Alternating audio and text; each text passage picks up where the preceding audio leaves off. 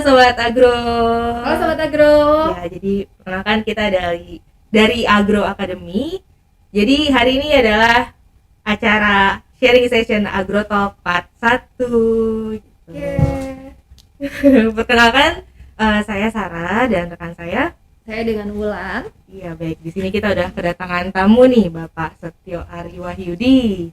Halo Sobat Agro. Oke, Pak. Salam sehat selalu, Pak. Ya, sehat-sehat semua ya. Sehat, Pak. Ya, alhamdulillah. Terima kasih loh Pak sudah meluangkan waktunya untuk hadir di acara podcast kami. Sama-sama lah. Terima kasih juga. Jadi bisa ketemu nih kita kan. Iya, betul, Pak.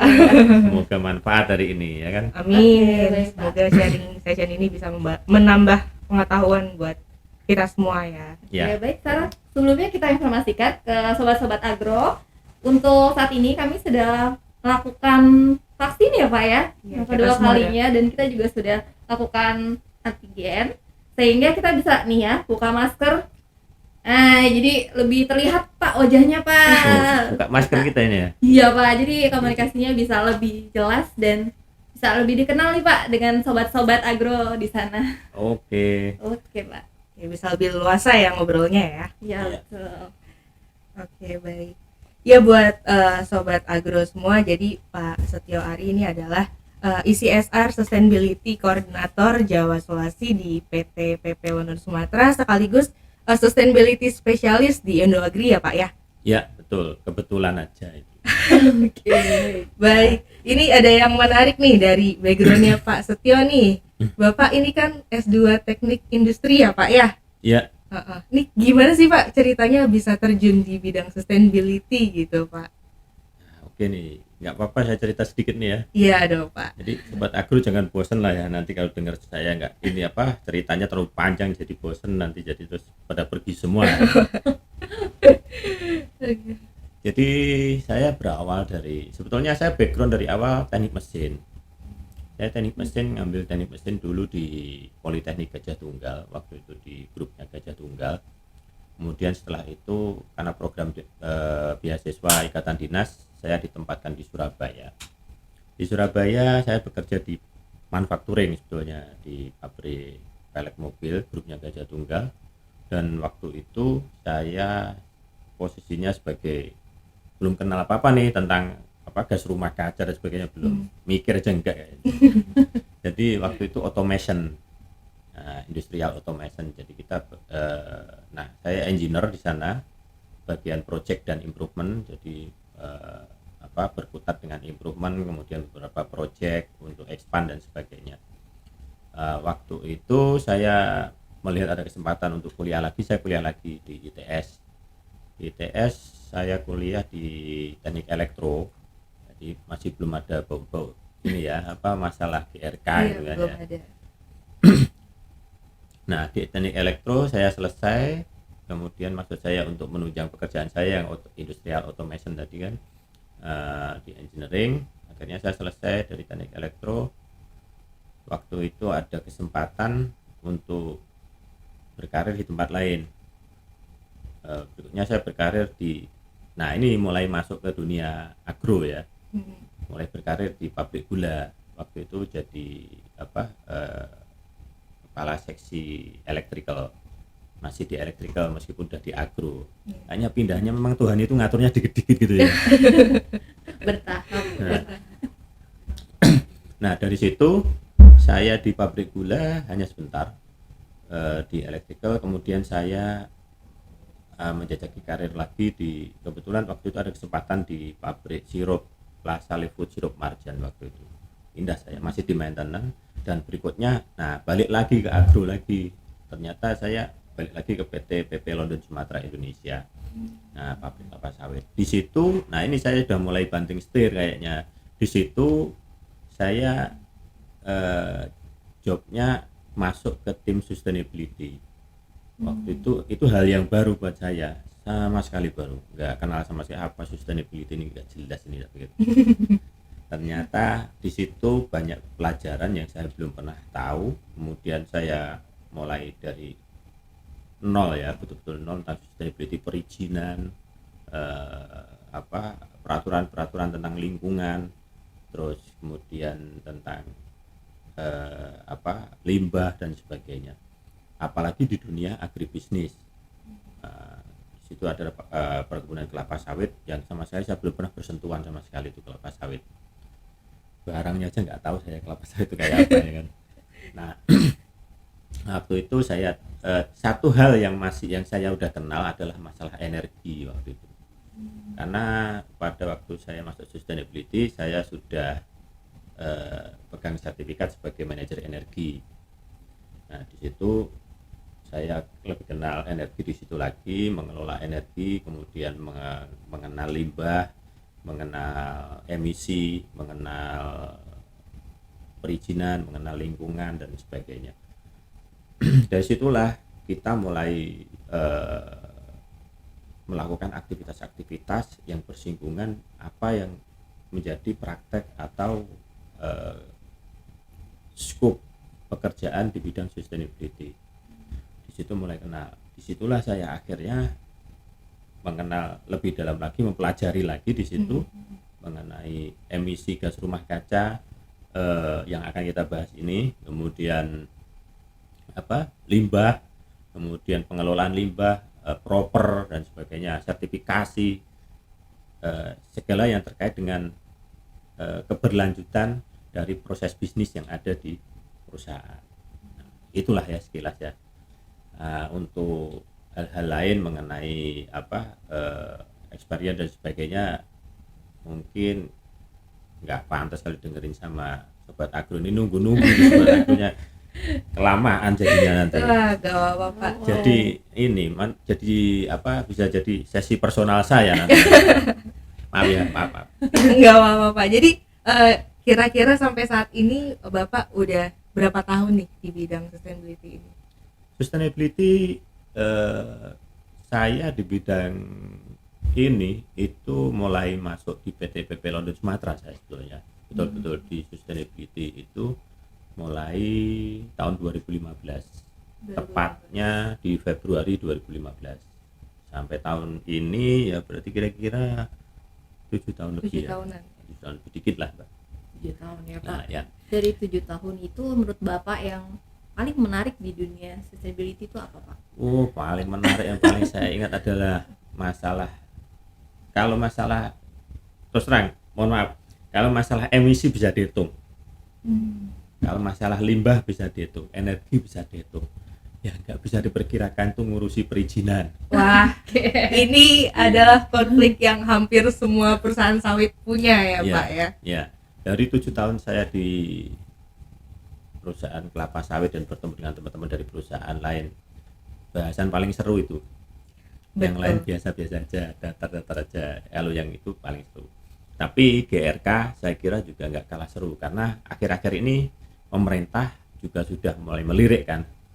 Bagaimana dia ngontrol GRK sebagai komitmennya di konvensi Paris kan waktu itu. Pak Jokowi udah punya komitmen untuk penurunan gas rumah kaca, targetnya ada, kemudian membentuk task force juga yang ditugaskan untuk menginventarisasi, memitigasi, kemudian mengkoordinasi segala upaya-upaya. Saya kira ini, apalagi tahun 2021 ini keluar undang-undang baru, HPP, harmonisasi peraturan perpajakan. Yang di situ ngatur salah satunya adalah mengatur mengenai pajak emisi karbon. Nah, siapapun yang melakukan aktivitas yang mengemisikan gas rumah kaca nanti akan mendapatkan konsekuensi terkena pajak karbon ini. Nilainya kalau nggak salah Rp30 per kilogram CO2 ekivalen ya. Ya. Benar nggak saya? Atau sobat agro bisa ini kali ya? Nanti mungkin di komennya sobat agro bisa ya. Bisa lah. Infokan Salah, ya. pemerintahannya. Oke, baik Pak. Seru itu HPP Menarik itu. ya, Pak. Menarik banget Pak. Jadi ini sobat agro nih, kita udah survei nih Pak. Ada beberapa pertanyaan dari teman-teman kita di dunia persawitan yang mungkin nanti kita bisa sharing-sharing ya Pak ya. Boleh, silakan. Oke, kita mau langsung aja. Oke. Pasti Langsung sobat aja. juga udah nggak sabar ya Iya, menunggu penjelasan betul. dari Bapak tadi. Nih kita sharing-sharingnya ini seru banget nih pasti mengenai gas rumah kaca. Mungkin langsung ya Pak, pertanyaan pertama nih Pak. Nih kira-kira apa sih peran ISPO dalam mengendalikan gas rumah kaca ini tuh, perannya seperti apa sih Pak? Ya, menurut pandangan saya, ISPO ini sebuah terobosan bagus ya dari pemerintah Indonesia. Dalam sejarahnya, setahu saya dulu pernah ada RSPO, itu lebih dulu daripada ISPO. Tapi mungkin embrionya ISPO udah ada ya. Saya kurang tahu detailnya juga. Tapi setahu saya yang duluan ada adalah RSPO. Dan RSPO ini memang dia bersifat internasional. Dan ini terobosan terbagus dari pemerintah Indonesia, di mana membentuk satu protokol praktek perkebunan kelapa sawit yang kalau orang Jawa bilang dimandegani itu apa? Dipelopori atau dikoordinasi itu sama satu organisasi ISPO itu. Satu organisasi atau komisi ya di Kementan kayaknya, di Kementan itu. Nah, apalagi ditambah dengan payung hukum. Nah, yang baru adalah Permentan 38 tahun 2020 kemarin. Nah, itu baru. Itu ada perbaikan di situ. Kemudian untuk side view-nya kayaknya udah berwawasan lebih ke depan lagi. Itu bagus. Kemudian hubungannya dengan GRK. Saya kira dalam praktek-praktek atau PNC-nya ISPO itu memang banyak yang berhubungan dengan kelestarian lingkungan, memperhatikan kelestarian lingkungan. Salah satunya adalah GRK, di mana untuk sertifikasi ISPO kan diwajibkan itu kita menginventarisasi ya kan, meskipun belum ada kewajiban untuk memitigasi ya, kita baru menginventarisasi. Tapi inventarisasi adalah satu langkah awal untuk bisa mengetahui di mana sih posisi kita ini sebetulnya, untuk bisa apakah kita ini layak untuk memitigasi, mengenal potensi mitigasinya, atau memang kita sudah di posisi yang baik. Nah, itu yang penting, itu di situ. Saya kira ini udah langkah awal yang sangat bagus.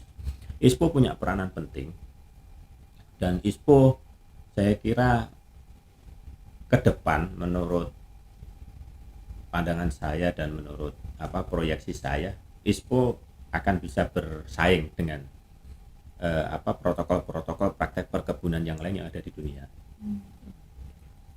Misalkan mungkin RSPO sendiri, saya kira ISPO udah punya kekuatan ya, di dalam negeri harusnya dibangun kekuatan, apalagi kita itu sebagai penghasil kelapa sawit, hubungannya dengan palm oil ya, karena ISPO penghasil kelapa sawit yang cukup diperhitungkan di dunia.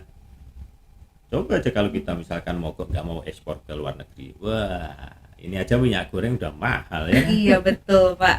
Oke, dunia perminyakan ya Pak. Iya, nah saya kira itu ISPO punya peranan penting. Saya kira tulang punggung kelapa sawitan di Indonesia adalah ISPO.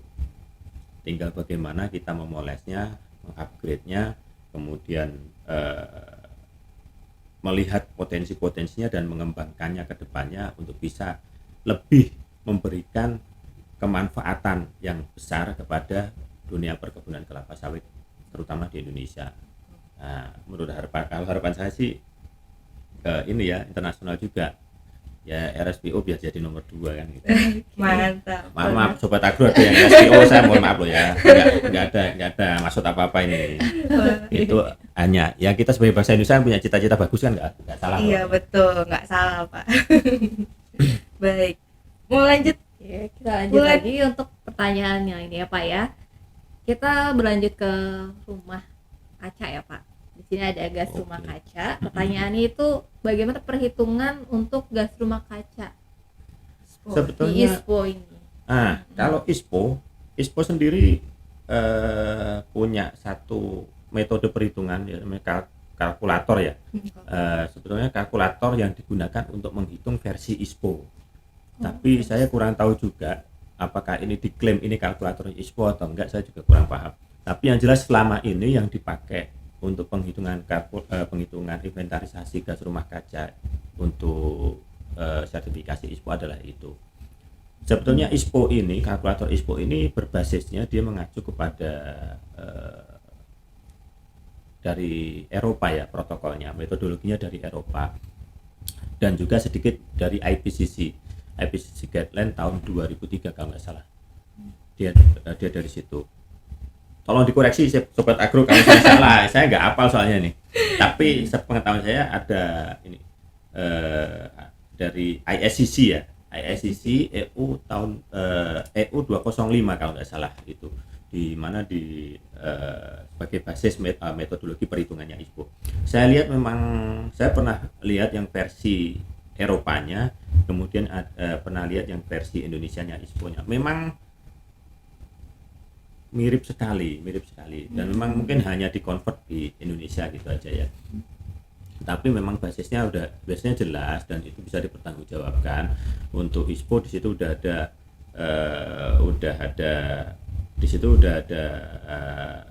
alih guna lahan, dari proses pembukaan lahan ada, kemudian proses produksi kelapa sawitnya ada, kemudian proses produksi proses pengolahan kelapa sawitnya ada, limbahnya juga diperhitungkan, bahan bakar untuk pengolahan kelapa sawit juga diperhitungkan, transport pengangkutan buah ke pabrik kelapa sawit juga diperhitungkan.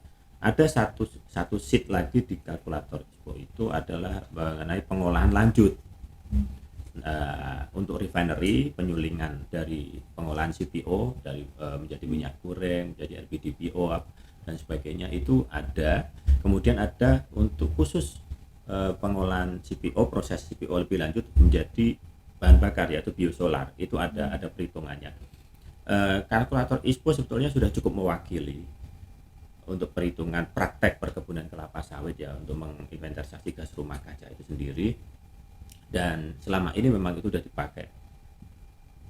Ada dua pilihan di ISPO itu sebetulnya, kita berdasarkan default value atau koefisien yang disediakan di ISPO, atau kita berdasarkan perhitungan sendiri. Perhitungan sendiri itu kalau dibilang di IPCC guideline itu ada di tier 2, artinya ngambil sampling. Jadi koefisiennya kita tidak berdasarkan dari data yang disediakan, baik itu dari IPCC atau dari ISPO, tapi dari sampling aktual yang kita ambil.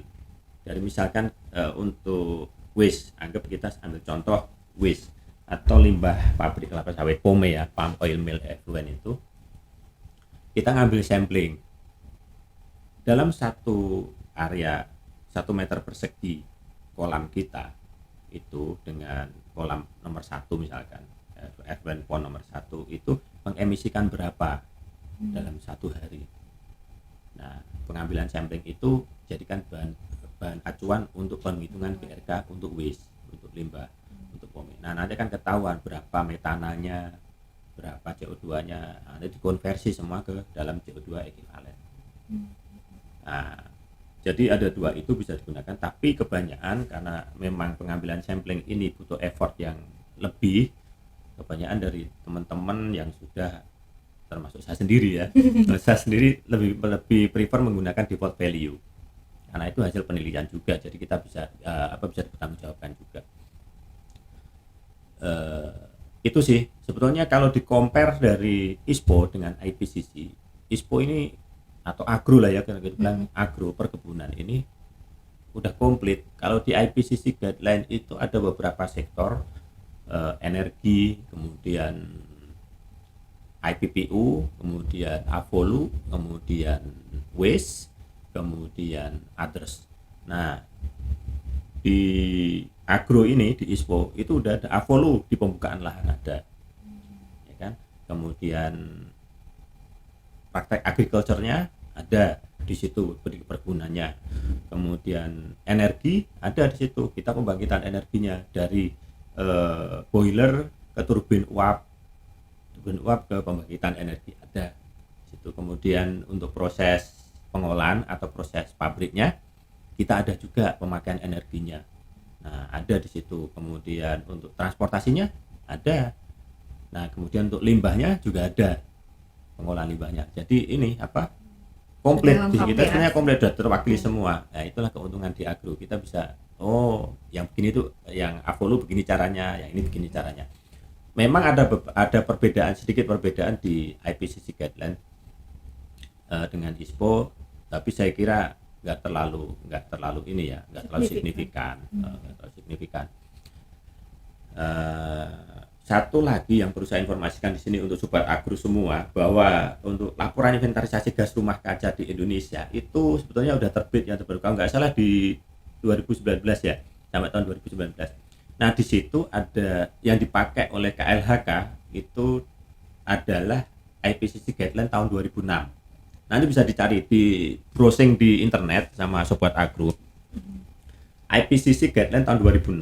Kemudian IPCC juga menyediakan tool, sebetulnya ada. Nanti mungkin kesempatan lain kali ya kita Iya, bisa bahas itu ya. Bisa, Next Pak. session ya Pak. Ya nanti lagian saya juga belum selesai tuh ngeliat-liatnya. Nanti lah kalau udah selesai nanti kita share bareng-bareng, kita belajar bersama ya. Siap, Pak. Pasti, Pak. Nah seperti itu. Nanti di IPCC guideline itu ada toolnya, di mana di Avolu itu ada rumusannya kayak apa, kemudian energi itu rumusannya kayak apa, transport rumusannya kayak apa, kemudian koefisiennya kayak apa, itu ada. Dan tire-nya ada tire 1, 2, dan 3, jadi ada tingkatannya. Yang lebih akurat sih memang tire 3 ya, karena memang itu samplingnya berdasarkan lebih mengerucut lagi di masing-masing masing-masing model ya, dimodelkan sama aktivitasnya kayak gitu. Saya kira itu ya. Sangat Kepanjangan nggak sih? Oh tidak Pak, Enggak, Pak. Waktunya detail Pak. ini. Jadi kami bisa mengikuti karena detail sekali. Ah, tadi iya, dari oke. konteks. Oke, kita lanjut ke pertanyaan selanjutnya mungkin ya. Oke lanjut Pak. Jadi mungkin nih Pak, kita kembali ke emisi gas rumah kaca. Jadi kalau dalam perusahaan aktivitas di kelapa sawit itu produksi emisi gas rumah kaca terbesarnya dari proses apa sih Pak? Perkebunan kelapa sawit di Indonesia, terutama karena memang kita itu tersebar di Sumatera dan Kalimantan, itu area gambutnya memang lumayan besar. Berdasarkan data yang sudah saya temui atau yang pernah saya amati, itu emisi gas rumah kaca yang paling besar di praktek perkebunan kelapa sawit itu adalah dari satu, alih guna lahan. Jadi proses pembukaan lahan itu memang cukup besar. Kemudian apalagi kalau proses pembukaan lahannya itu adalah lahan gambut, nah, itu akan semakin besar karena dia melepaskan H2O dan kemudian mengemisikan karbon juga kan. Nah seperti itu. Nah yang berikutnya adalah dari POME, limbah, palm oil meal effluent, limbah cair. Limbah cair itu dia mengemisikan metana. Karena dari limbah cair kelapa sawit itu yang diemisikan adalah gas metananya CH4. Nah CH4 itu kalau dikonversikan ke CO2 ekivalen, kalau nggak salah di tabelnya apa sih 23 kali ya, lupa saya. Coba bisa di browsing lah ya. Saya mohon maaf ini nggak hafal saya. Oke Pak. Nah itu 1, 2, 3, yang keempat pupuk. Pupuk atau emisi N2, nitrogen ya, nitrogen oksida. Emisi nitrogen oksida itu dari pupuk lumayan besar. Jadi karena kita memang praktek perkebunan yang membutuhkan pupuk itu mengemisikan pada saat dia terurai di tanah, kemudian diurai oleh bakteri dan sebagainya, dia mengemisikan gas. Nah gas itulah gas rumah kacanya, nitrogen oksida. Nah dari situ sebetulnya udah ada beberapa penelitian, atau banyak sih, bukan beberapa, salah saya, banyak penelitian yang sudah mencoba menggantikan pupuk ini untuk mengurangi emisi pupuk, diantaranya pemakaian jenjang kosong, pemakaian ini, dan ini sudah dipraktekkan juga oleh teman-teman sebagai substitusi ya untuk nutrisi tanaman. Nah itu salah satu bentuk mitigasi. Nah itu urutannya itu. Mungkin land use change atau alih guna lahan itu inilah ya gantian. Kalau punya lahan gambut yang besar ya berarti mungkin dia lahan gambutnya yang paling tinggi ya kan, land use change-nya nomor 2. Atau kalau nggak punya lahan gambut mungkin dia pembukaan lahan tanamannya dia yang paling tinggi. Kemudian yang berikutnya adalah dari POME. Nah dari POME itu kemudian dari pupuk baru energi pengolahan, energi fosil. Karena energi fosil di pengolahan CPO atau pengolahan buah kelapa sawit menjadi CPO itu tidak terlalu besar, hanya dipakai untuk genset. Kemudian setelah itu dia menggunakan energi dari biomasa, byproduct. Jadi tidak menggunakan energi fosil selanjutnya. Itu kurang lebih. Berarti tadi penyumbang ini ya Pak ya, Ya, gas rumah kacanya. Nah, Ya. kalau dari sisi manfaatnya nih Pak, tadi dilihat dari sisi efeknya ya, efek yang ditimbulkan. Nah, biasanya kan di samping hal yang positif ada negatif, dan di Ya. samping negatif ada yang positif nih Pak. Nah, Ya, kalau ya. keuntungannya atau hal yang positif disebabkan dari efek gas rumah kaca ya Pak, Ya. seperti apa? Ini sebetulnya kita balik ke basic definisi dari gas rumah kaca dan fungsi dari gas rumah kaca ya. Sebenarnya gas rumah kaca secara alami itu mereka sudah ada dari dulu. Sebelum kita ada aktivitas industrialisasi, kemudian revolusi industri dan sebagainya, itu dari dulu sudah ada, mereka alami. Artinya dari penguapan air laut, H2O, kemudian pernapasan manusia, pernapasan makhluk hidup ini kan. Tanaman juga sebenarnya pernapasan yang menggunakan CO2 juga. Kemudian pernapasan hewan, kemudian metana juga ya, karena penguraian ini akan penguraian biomasa di tanah, penguraian makhluk hidup yang mati kemudian diuraikan, itu kan metana juga diemisikan. Kemudian nitrogen oksida juga ada di situ. Itu yang alami, memang diperlukan karena untuk menjaga temperatur bumi ini untuk tetap hangat, di mana menjadi kondusif untuk ditempati sebagai habitat makhluk hidup, baik itu manusia, hewan maupun tumbuhan atau yang lainnya ya. Ada apa lagi yang lainnya? Nggak ada ya? Makhluk-makhluk lain Pak. Terlihat ya Pak. Enggak, itulah ya. Jadi terutama untuk manusia biar kita nyaman dan bisa hidup dengan baik di situ. Apalagi mungkin bisa mendapatkan manfaat dari lingkungan apabila temperaturnya terjaga dengan baik. Tapi karena berkembangnya kebutuhan manusia, kemudian berkembangnya inovasi dari manusia, akhirnya ada aktivitas manusia. Aktivitas manusia ini yang menghasilkan gas rumah kaca yang berlebih. Akhirnya membuat temperatur bumi ini menjadi makin panas. Itu kerugian dari beberapa gas rumah kaca yang dihasilkan dari aktivitas manusia yang berlebih tadi, pembakaran, kemudian transportasi, menghasilkan limbah, kemudian pembukaan lahan dan sebagainya. Dari beberapa kerugian itu sebetulnya ada beberapa yang bisa kita manfaatkan dari gas rumah kaca.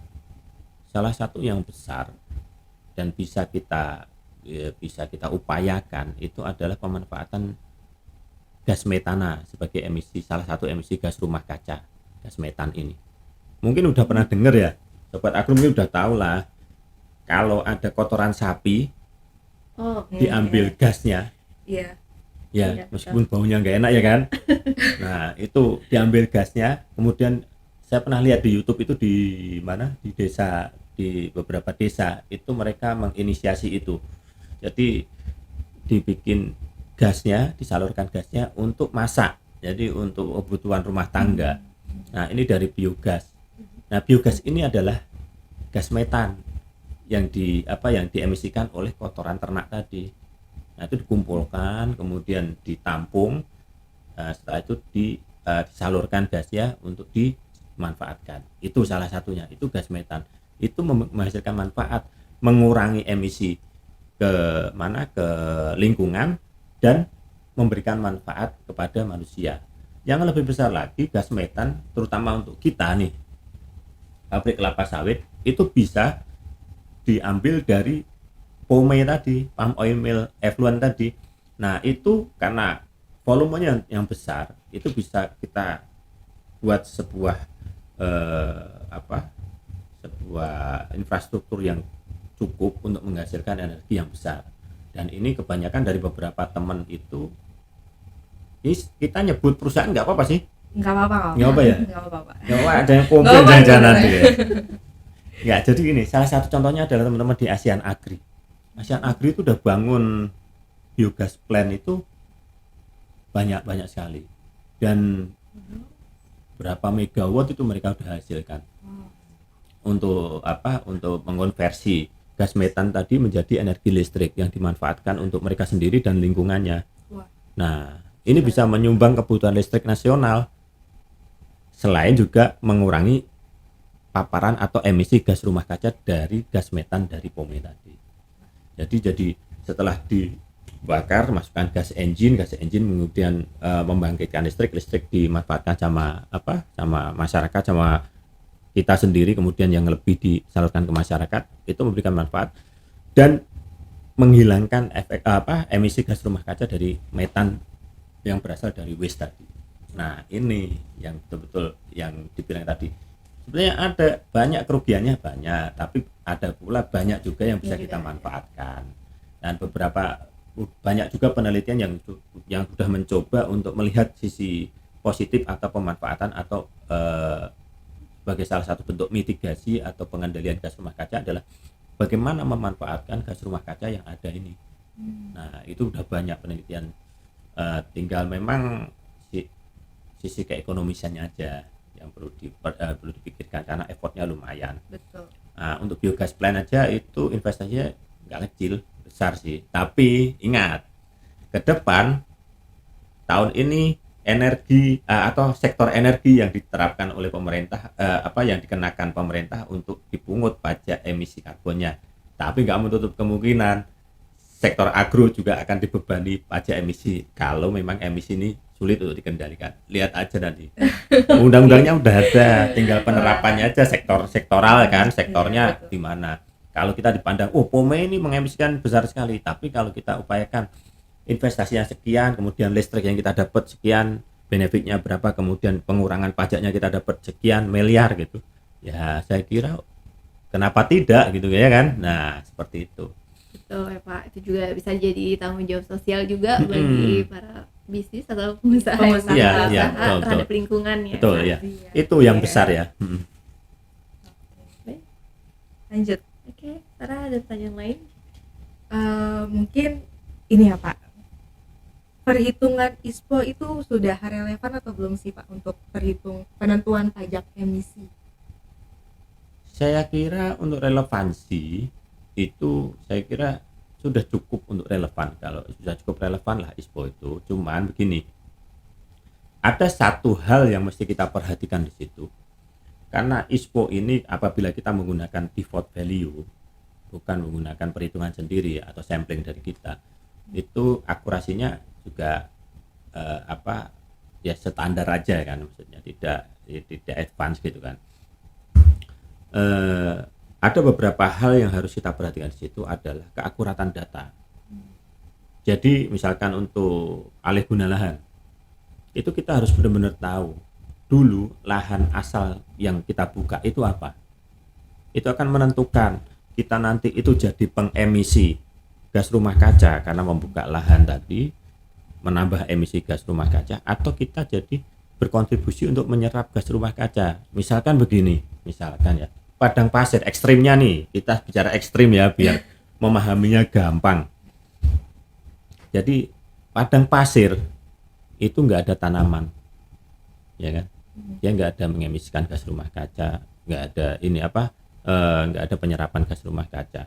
Setelah kita tanami, ternyata jadi hutan. Dia menyerap gas rumah kaca atau mengemisikan? Menyerap atau mengemisikan? Menyerap. Menyerap kan kalau udah ada tanamannya. Iya. Gitu juga. Yang dulu rawa misalkan, rawa nggak ada tanaman. H2O-nya penguapan kan, gas rumah kaca kan. Ya. Setelah kita tanemin rawa-rawa dangkal itu, tertutup oleh tanaman, penguapannya berkurang nggak?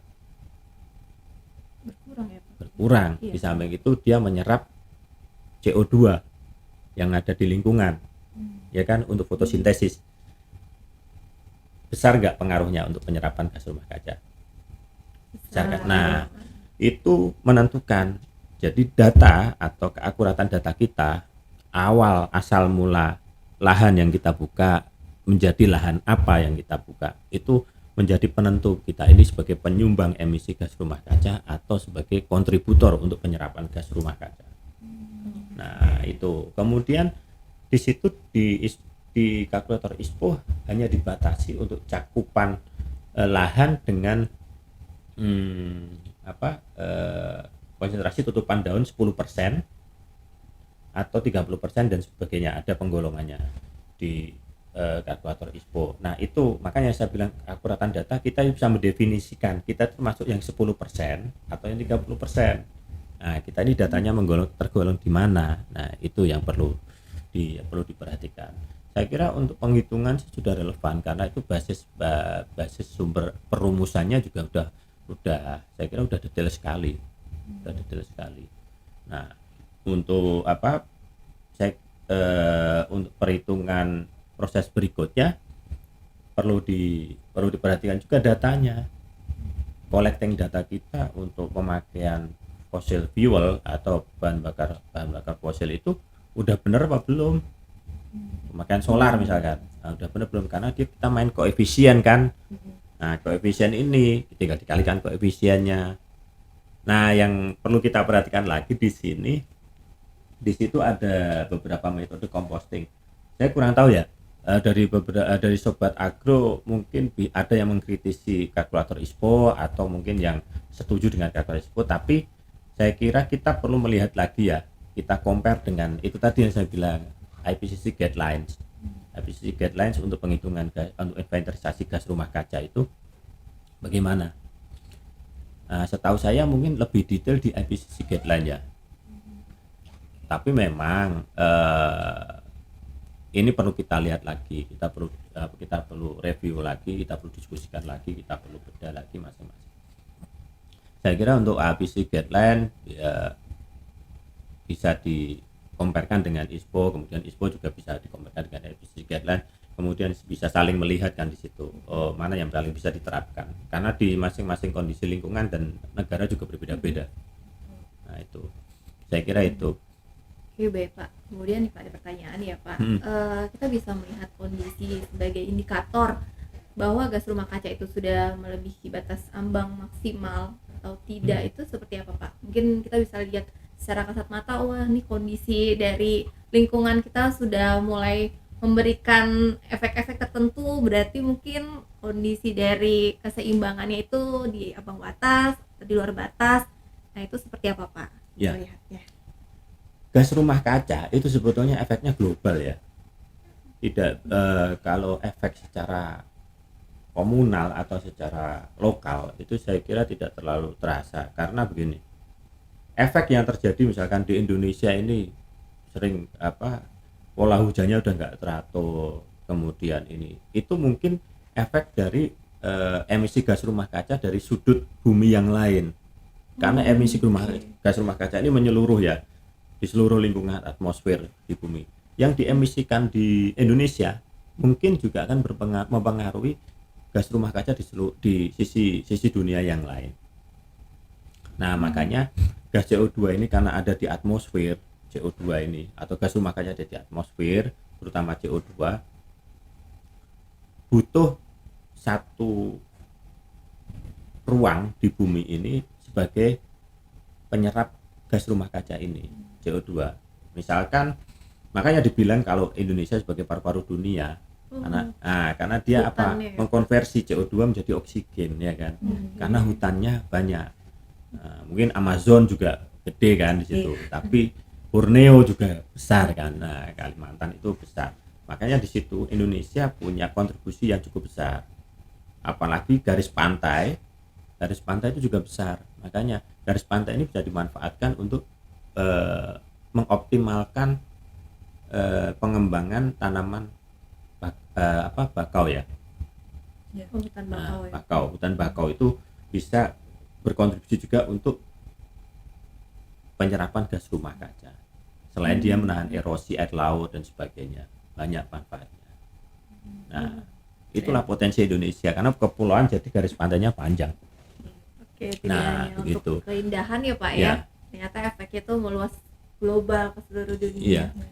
Salah satu indikator kita bisa lihat kalau biasanya kalau jam dulu kita kecil ya, saya pernah pergi ke Malang atau ke Bandung misalkan, itu masih dingin. Kota Bandung. Iya betul. Iya. Betul. Coba sekarang ke Bandung. Gerah Pak. Panas kan? Nah, Bekasi, berarti ada perubahan di situ. Berarti ada peningkatan suhu bumi. Memang dari penelitian atau dari beberapa diskusi para ahli nih, yang para expert ini, itu menyatakan bahwa memang sudah ada peningkatan temperatur bumi. berapa tepatnya menurut mereka, ada mungkin sekitar berapa ya kemarin saya lihat itu berapa 1 derajat atau berapa derajat gitu per 10 tahun kalau nggak salah, lupa saya. Nanti bisa di browsing lah, saya jadi gak enak kalau salah ngomong. Jadi itu makanya memang ada peningkatan. Garis besarnya, big picture-nya di sini adalah memang ada peningkatan temperatur bumi karena bertambahnya secara signifikan gas rumah kaca yang ada di bumi sebagai akibat dari aktivitas manusia. Ini adalah satu konsekuensi kemajuan industrialisasi, kemajuan inovasi dari manusia, akhirnya membawa efek yang memang harus mulai kita perhatikan, harus mulai kita kontrol supaya kehidupan kita ini sustain. Sustainability lagi ya kan. Nah, kayak gitu. Itu kira-kira. Berarti nggak cuma teknologinya aja yang berkembang, tapi Iya, betul. efek buat mengurangi emisinya itu kita harus kembangkan juga Iya. ya Pak ya. Kalau para ahli bilang kan indikatornya ya ada perubahan iklim, climate change. Oke, jadi kalau seharusnya musimnya hujan tiba-tiba Ya. kemarau itu juga efek dari itu ya Pak. Ekstrim. Suhunya ya. Awalnya panas, tiba-tiba nanti hujan. Hujan. Habis itu Lagi panas gitu lagi ya. gitu kan. Nah, gitu. Sering terjadi tuh Pak. Itu. Belakangan ini kejadian loh, Sering ya. pagi-pagi itu wah cerah nih, tiba-tiba mau zuhur hujan. Ya, kayak gitu. Jadi itu climate change apa ya? Karena ini ada kalau para ahli bilang itu siklus iklim ya. Nah, kayak gitu. Itu adalah kontribusi dari sebenarnya berhubungan sih, saling keterkaitan gas rumah kaca, kemudian panas di bumi, kemudian tinggi permukaan air laut, kemudian pola iklim dan sebagainya saling berhubungan. Oke, baik Itu. sekali nih Pak. Sering terjadi di sekeliling kita sebenarnya tanpa disadari ya Pak ya efek tersebut. Kalau iya harusnya disadari lah, ngerasa panas kok itu. Iya, oke. Lanjut Pak. Menurut Bapak nih apa sih Pak hal paling mudah nih yang bisa kita lakukan untuk mengurangi si gas rumah kaca ini Pak? Saya Iya, menurut saya Bapak. paling gampang itu ya. Saya kalau di rumah pasang AC atau melakukan aktivitas hemat energi, itu kan teorinya ya kan. Tapi prakteknya saya paling pasang setting AC di 24-25 derajat. Saya pernah lihat di kantor tuh satu pasang AC 18 derajat. Padahal orang-orang udah mulai kedinginan itu. Nggak ada yang mau merubah itu dinaikkan dikit. Karena apa? Karena begini, begitu AC itu di setting 18 derajat, tercapai nggak 18 derajat di ruangan itu menurut Mbak Sarah sama Mbak Ulan? Enggak sih Pak. Kita aja melihat angka di AC-nya ya, di reputasinya Kalau sih. suhu aslinya sih kayaknya enggak deh Pak. Enggak. Kalau di persen Nggak mungkin tercapai, apalagi di daerah tropis kayak kita. Berarti AC itu kerja terus, kompresornya kerja terus. Kalau kompresor kerja terus, pemanasan mesin energinya juga nyerap makin terus. besar. Nah, koefisien yang ada di penghitungan gas rumah kaca, 1 kWh listrik yang dihasilkan dari pembangkitan itu ada nilainya berapa kilogram CO2 ekivalen. Semakin banyak kWh yang kita pakai akan semakin banyak emisi CO2 ekivalen yang kita sumbangkan ke bumi. Semakin besar PK AC-nya, misalkan kita pakai di kantor 2 PK, ya makin besar juga kWh-nya yang dipakai untuk menghidupkan AC itu. Apalagi kalau pasang 18 derajat, mana pernah AC-nya bilang dalam hati, iki sing nyeting sopo gitu. Suhu yang tidak mungkin ya di ruangan Iya. 18. Iya, dalam hati sih AC itu kalau bisa ngomong ini yang nyeting mah nggak mikir ya. Kerja keras ya Pak. Iya, kerja keras Kerja terus keras. dia kan.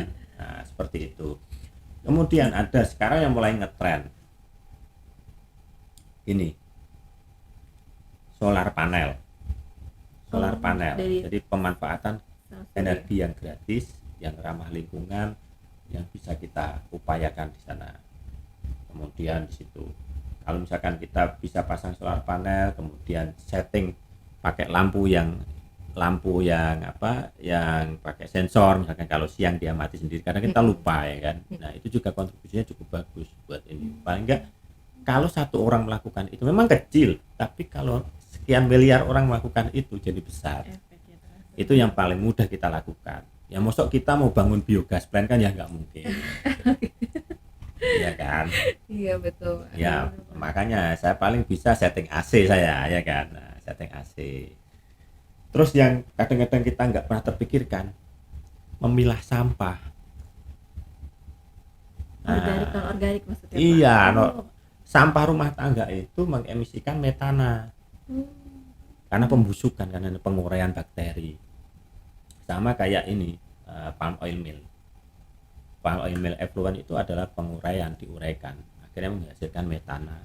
Nah, sampah rumah tangga, sampah perkotaan itu adalah penguraian. Nah, kenapa kita memilah bisa pilah? Lakukan dengan composting mandiri di rumah tangga. Composting di kalkulator ISPO itu sumbangan pengurangan GRK-nya besar. Coba kita klik di kalkulator ISPO itu tanpa composting dengan composting nilainya jauh beda. Hilang berapa persen? Jauh sekali. Nah, makanya kita dengan melakukan composting kemudian kita dapat manfaat kan. Dia jadi misalkan jadi pupuk cair. Ke bawahnya jadi pupuk cair, kemudian composting tadi kita dapat hasilnya kita pakai untuk memupuk tanaman. Saya kira itu memberikan hasil buat kita, mengurangi GRK meskipun tanpa kita sadari loh ya. Kadang-kadang kita kan cuma mikir dapat pupuk karena kita merasa beli pupuk ya kan. Iya betul. Tapi karena gas rumah kaca kita nggak merasa beli, nggak merasa bayar, nggak kepikir sama sekali. Padahal itu ada manfaatnya. Nah, itulah kira-kira apa yang bisa saya lakukan. Mungkin kita bisa mulai lakukan ya. Nurunin suhu AC dulu aja. Ya, tapi habis ini keluar ruangan harus lihat itu remote-nya dikumpulin semua ya kan. Udah berapa nih? AC sentralnya tolong nanti. Atau mungkin waktu kemarin nih Pak ya, zaman pandemi awal itu banyak juga kendaraan yang mungkin tidak terlalu banyak transportasi digunakan. Nah itu terasa sekali Pak suhunya jauh lebih adem ya Pak ya, nggak terlalu panas. Kemudian gunung-gunung yang tadi di perkotaan tidak terlihat Pak jadi terlihat. Jadi bersih ya. Iya betul jadi itu. bersih. Mungkin itu hikmah di balik musibah ya Pak. Iya. Setelah Apalagi di perkotaan, satu hal lagi nih tambahan nih yang bisa kita lakukan ya. Kalau kita punya kendaraan di perkotaan kan akses transportasi gampang. Jadi kenapa kita bis itu ngangkut 2 orang, ngangkut 3 orang, ngangkut 10 orang yang diemisikan sama. Ya enggak? Jadi kok cuma 1 orang yang di dalam mobil? Ya sama, ya kan? Oke. Misalkan ada 5 orang nih penghuni 10 orang. Satu bis dipakai cuma 1 orang. Yang 5 orang pakai mobil satu-satu. Yang diemisikan lebih banyak apa enggak? Lebih banyak Lebih ya banyak. mobil. Tapi kalau yang 5 tadi naik bis yang diemisikan cuma 1 bis. Yang 5 kendaraan enggak ada. Berapa sumbangannya? Itu 1 hari. Kalau 1 minggu, 1 bulan, 1 tahun. Nah, itu. Ya bukan berarti kita itu ekstrim ya. Bukan berarti kita udahlah nggak usah pakai mobil, jangan. Maksudnya apabila ada hal yang tidak terlalu penting, tidak urgent untuk pakai mobil, ya kenapa tidak kita pakai kendaraan umum. Buat saya itu menguntungkan, murah. Saya bisa ngirit itu. Iya. Oke, olahraga juga ya Pak. Iya. Olahraga. Bener kan, bener nggak? Betul. Ngirit. Kalau saya sih tujuannya bukan gas rumah jauh, gas rumah kaca itu. Saya ngirit dulu ya. Itu efek jangka panjang ya Pak ya. Iya. Betul. Berarti nanti sobat agro kalau nggak urgent naik kendaraan umum ya. Iya, kendaraan umum. Apalagi yang kota-kota besar, akses transportasinya lebih gampang. Tapi kalau di perkebunan kelapa sawit mau nunggu kendaraan umum sampai besok ini nggak akan ketemu tuh.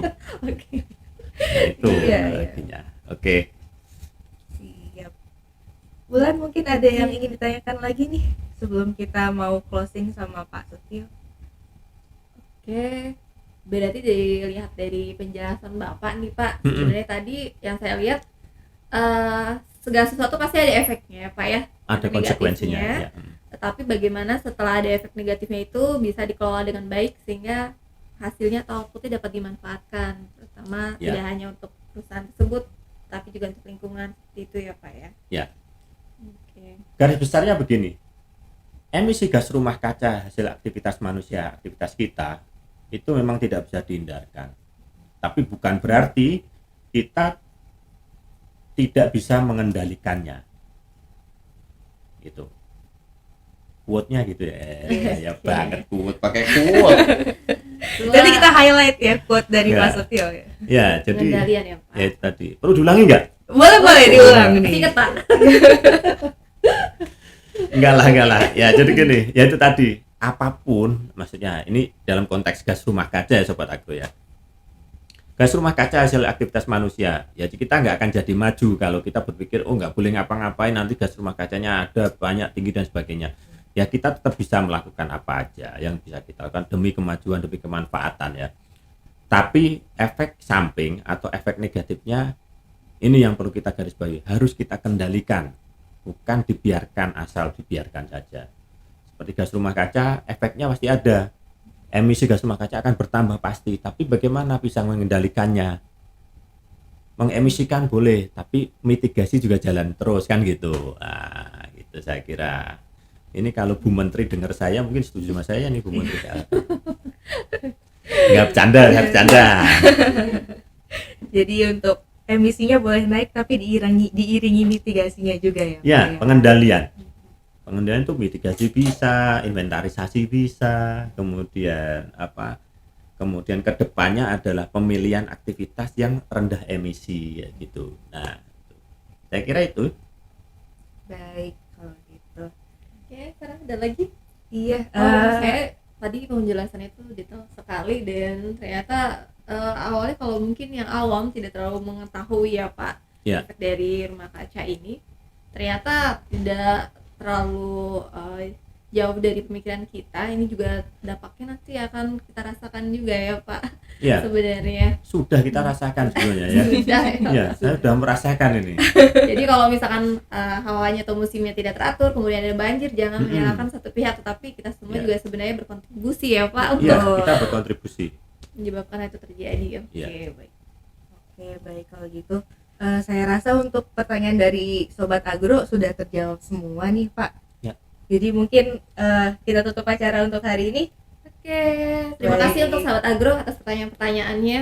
Iya, Thank you terima banget. kasih juga Bapak Setio yang udah menyempatkan waktunya nih Pak untuk ada di Agrotalk sesi pertama ini. Oke, saya juga terima kasih sudah diberi kesempatan untuk menyampaikan apa yang saya ketahui meskipun belum banyak, tapi semoga ini bermanfaat buat semuanya, buat Sobat Agro yang ada di mana saja, kemudian buat tim Agro Akademik, Mbak Sarah, Mbak Wulan, dan teman-teman yang lain, mungkin semoga bermanfaat.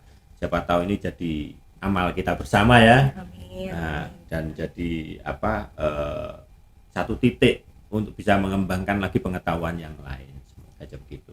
Baik, terima kasih. Pak Terima Setio. kasih. Thank you Bapak. Terima kasih. Terima kasih Terima teman-teman kasih, Sobat Sobat Agro Agro. semua. Oke. Kita ketemu lagi di sesi Agrotalk selanjutnya ya. Ya, Dadah. oke, sampai Thank you. ketemu. Salam sehat selalu.